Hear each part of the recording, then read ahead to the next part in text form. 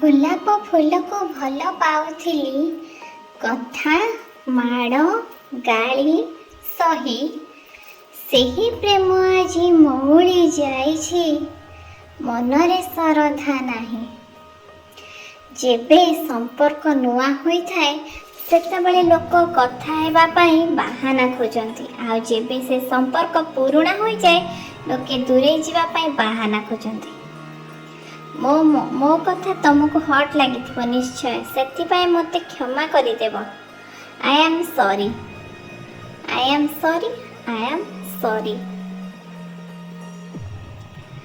ଧୋକା କେବେ ମରେନି, ଧୋକା କେବେ ବି ମରେନି, ଧୋକା କେବେ ମରେନି।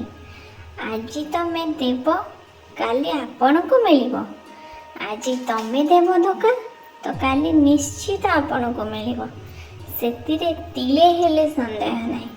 ତ ଧୋକା କେବେ ବି ମରେନି, ସେ ସବୁବେଳେ ଜୀବିତ ଥାଏ।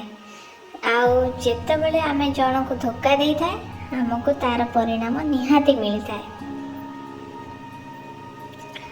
ମୋ ଜୀବନକୁ ଆସି ତମେ ମୋତେ ଏତେ ଖୁସି ଦେଲ, ମୋ ଜୀବନକୁ ଆସି ତମେ ମୋତେ ଏତେ ଖୁସି ଦେଲ ଯେ ନା ମୁଁ ତମକୁ ଭୁଲି ପାରୁଛି, ନା ମୁଁ ତମକୁ ଛାଡ଼ିକି ରହିପାରୁଛି।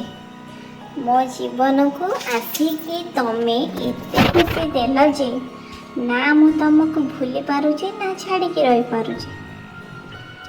ଭଗବାନଙ୍କୁ ମୋର ଗୋଟିଏ ପ୍ରାର୍ଥନା, ସେ ଭଗବାନଙ୍କୁ ମୋର ଗୋଟିଏ ପ୍ରାର୍ଥନା, ଯାହାକୁ ପାଇ ମୁଁ ଖୁସିରେ ଅଛି ତାକୁ କେବେ କଷ୍ଟ ଦିଅନି।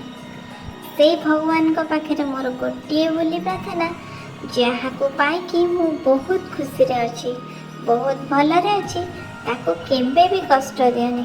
ତା ମୁହଁରେ ସବୁବେଳେ ହସ ଦଉଥା, ତାକୁ ସବୁବେଳେ ଭଲରେ ରଖ ପ୍ରଭୁ। ଏତିକି କହିକି ମୁଁ ରହିଲି, ନମସ୍କାର।